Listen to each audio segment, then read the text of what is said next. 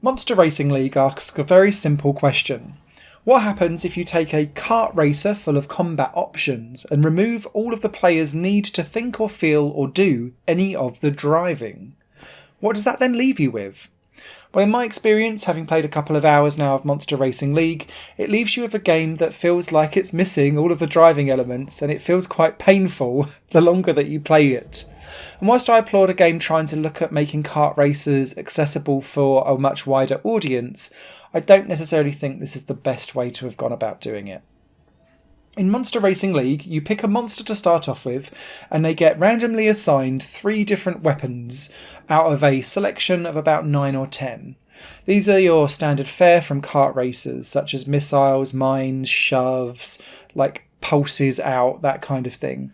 And the idea behind this is that over time you'll grind through races earning XP, and you can level up some of your weapons and unlock different versions of them for your monster that's specific to that type of monster.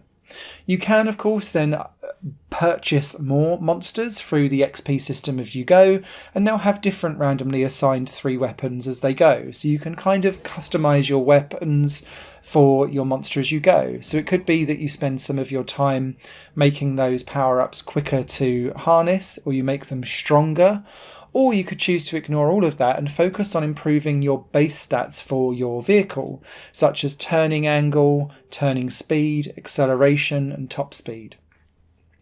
This is supposedly meant to be quite strategic, but it's very surface deep, because although there are only 5 tracks in the game, each one of them benefits from you basically pimping out one of your upgrades for top speed and one of them for turning corners, which then makes your kart easily the best of the bunch, and you can easily beat most of the AI almost every single time by just dealing with that and tactically unleashing your shield for the first couple of corners whilst the AI are busy taking each other out.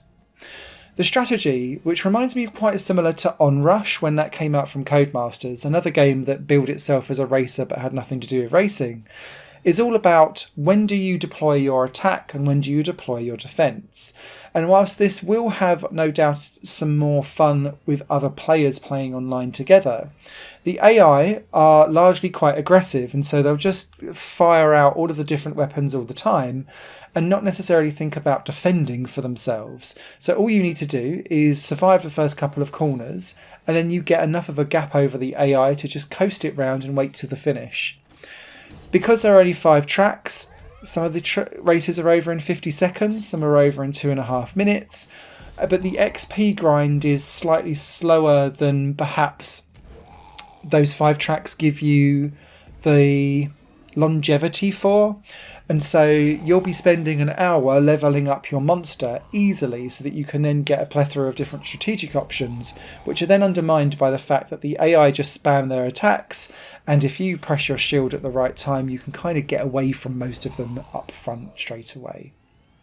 The game is blatantly also made to be online first, and so it drops you into online matches that then get filled out by bots, and whilst I wasn't able to play with any other humans, at least the online servers ran well in this kind of pre-release format. I was able to connect to those matches fine, and they ran a nice little timer and then filled out with bots as I went along. But the nagging problem with all of this is that because the offensive and defensive strategies are so binary and easy to telegraph and understand, and there is no concept of being able to do anything with your driving. Yes, you do get the opportunity to take some shortcuts by pressing a shoulder button, but they're exactly the same length usually as the full track, so it doesn't really feel like you're actually gaming or gaining any advantage either.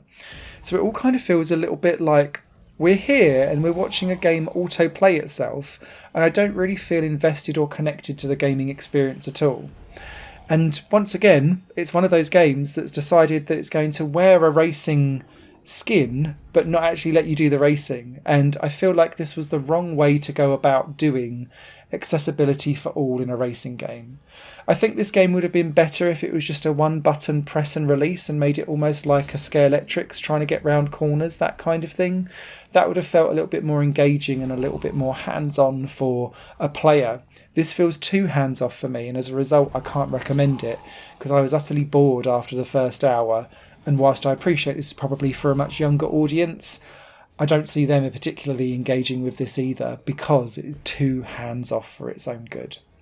Written review for Monster Racing League will be over on higherplanegames.com. This game comes out in early access today. Higher Plane Games is part of the Higher Plane Network, a completely independent media outlet supported by people like you. The goal is to create the best possible content that cultivates a richer indie scene for games as well as music and entertainment. To find out more and to get involved, visit patreon.com/higherplane network. Your support makes all the difference, and in return you'll gain access to bonus content and downloads. Thank you for watching.